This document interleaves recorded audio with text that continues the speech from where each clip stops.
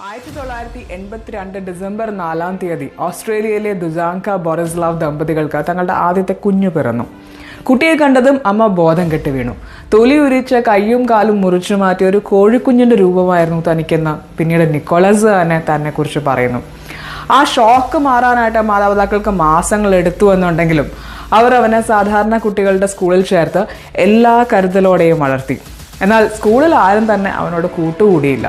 അവർക്ക് അവൻ ഒരു വികൃത രൂപി മാത്രമായിരുന്നു. അവർ അവനെ ഏലിയൻ എന്നും ഭ്രാന്തനെന്നും ഒക്കെ വിളിച്ച് കളിയാക്കി. ഒരു ഗ്ലാസ് വെള്ളം പോലും കുടിക്കണമെങ്കിൽ മറ്റുള്ളവരുടെ മുമ്പിൽ യാചിക്കേണ്ട അവസ്ഥ. സങ്കടം സഹിക്കാനാവാതെ 8-ാം വയസ്സിലും 10-ാം വയസ്സിലും ഒക്കെ നിക്കോളസ് ആത്മഹത്യയ്ക്ക് ശ്രമിച്ചത് 3 പ്രാവശ്യമാണ്. പക്ഷെ അതിലും പരാജയപ്പെട്ട മകനെ കെട്ടിപ്പിടിച്ച് അമ്മ പറഞ്ഞു, "Your imperfection is the perfect inspiration for others." നിന്റെ ഈ കുറവുകൾ കൊണ്ട് തന്നെ നിനക്ക് ലോകത്തെ പ്രചോദിപ്പിക്കാൻ കഴിയും. അവൻ പതുക്കെ ജീവിതത്തെ സ്നേഹിച്ചു തുടങ്ങി. കാലിലെ കൂടിപ്പിടിച്ചിരുന്ന മാംസം സർജറി ചെയ്ത് ഉണ്ടാക്കിയെടുത്ത 2 വിരലുകൾ കൊണ്ട് അവൻ ചിത്രം വരയ്ക്കാനും എഴുതാനും ഒക്കെ അഭ്യസിച്ചു. ഒരിക്കൽ സ്കൂളിലെ സ്വീപ്പർ ചേച്ചിയാണ് നിക്കോളസിനോട് ചോദിച്ചത്, "നിന്റെ ഈ പോസിറ്റീവ് ആറ്റിറ്റ്യൂഡും നിനക്ക് ദൈവത്തോടുള്ള ഇഷ്ടവും ഒക്കെ മറ്റ് ഫ്രണ്ട്സിനോട് പങ്കുവെച്ചുകൂടെ?" നിക്കോളസ് പതുക്കെ കൂട്ടുകാരുടെ ഇടയിൽ ദൈവത്തിന്റെ കരുതലിനെ കുറിച്ചൊക്കെ സംസാരിക്കാൻ തുടങ്ങി. പക്ഷേ പ്രതീക്ഷിച്ച ഒരു പ്രതികരണമല്ല അവന് ലഭിച്ചത്.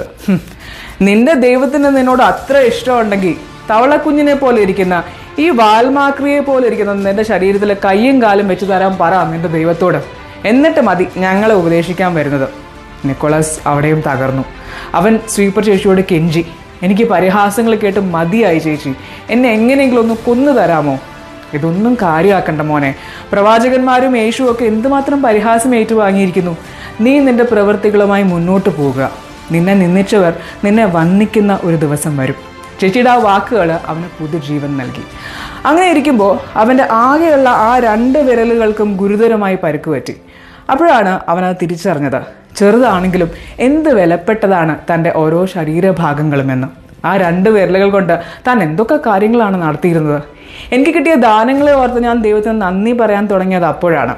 തുടർച്ചയായിട്ടുള്ള ആ ശീലത്തിൻ്റെ അനന്തരഫലമായിട്ടാകാം ദൈവം പിന്നീട് അങ്ങോട്ട് എനിക്ക് ഒരുപാട് അനുഗ്രഹങ്ങൾ തന്നുകൊണ്ടേയിരിക്കുന്നു. അതെ, കുഞ്ഞ് നിക്കോളസ് ഇന്ന് നിക് വൂജിസസ് എന്ന അത്ഭുത പ്രതിഭാസമാണ്. 65-ൽ പരം രാജ്യങ്ങളിലായി 3000-ൽ പരം സ്റ്റേജ് ഷോകളിലൂടെ ദശലക്ഷക്കണക്കിന് ആളുകൾക്ക് ഇന്ന് നിക് പ്രചോദനമാകുന്നു. 21-ാം വയസ്സിൽ കൊമേഴ്സിൽ ഡബിൾ മേജർ ബിരുദധാരിയായി. Life without limbs, unbound warrior എന്നീ ആഗോള സന്നദ്ധ സംഘടനകളുടെ ഫൗണ്ടറായ നിക്ക് എഴുതിയ 6 പുസ്തകങ്ങൾ 30-ൽ പരം ഭാഷകളിലായി 3 മില്യൺ കോപ്പീസ് വിറ്റഴിച്ച ന്യൂയോർക്ക് ടൈംസ് ബെസ്റ്റ് സെല്ലേഴ്സ് ആണ്. നിക്കിന്റെ സവിശേഷതകൾ ആകൃഷ്ടയായ കാനേമിയ എന്ന ടെക്സസ് സ്വദേശിനി 2012-ൽ നിക്കിന്റെ ജീവിത പങ്കാളിയായി. ഇവർക്ക് 4 മക്കളുണ്ട്. ഗോൾഫ്, നീന്തൽ, സർഫിംഗ്, സ്കൈ ഡൈവിംഗ് തുടങ്ങിയ നമുക്ക് കൈയും കാലും ഉണ്ടായിട്ടും ചെയ്യാൻ ഭയക്കുന്ന പലതും ഇതൊന്നുമില്ലാതെ നിക്ക് നിസ്സാരമായി ചെയ്യുന്നു. ഇന്ന് നിക്കിന്റെ ഒരു ടോക്ക് ഷോ ബുക്ക് ചെയ്യണമെങ്കിൽ 40 ലക്ഷം മുതൽ 83 ലക്ഷം വരെ ഫീസ് ഉണ്ട്. ജീവിതത്തിൽ ഒന്നുമല്ലാതിരുന്ന സർവ്വരാലും അവഗണിക്കപ്പെട്ട നിക്കോളസിൽ നിന്ന് ഇന്നത്തെ നിക്കിലേക്കുള്ള വളർച്ചയിൽ അദ്ദേഹം മുറുകെ പിടിച്ച ജീവിത മന്ത്രം ഇതാണ്: "I'm gonna try again and again and again because the moment I give up is the moment I fail." ജീവിതത്തിൽ നിരാശയും ദുരിതങ്ങളും ഉണ്ടായിക്കോട്ടെ, പക്ഷെ പ്രതീക്ഷ കൈവിടാതെ ഞാൻ വിജയത്തിനായി വീണ്ടും വീണ്ടും വീണ്ടും ശ്രമിച്ചുകൊണ്ടേയിരിക്കും. നിസ്സാര കാര്യങ്ങൾക്ക് ജീവിതത്തെ പഴിച്ചു കഴിയുന്നവർ നിക്കിനെ കുറിച്ച് ഓർക്കണം.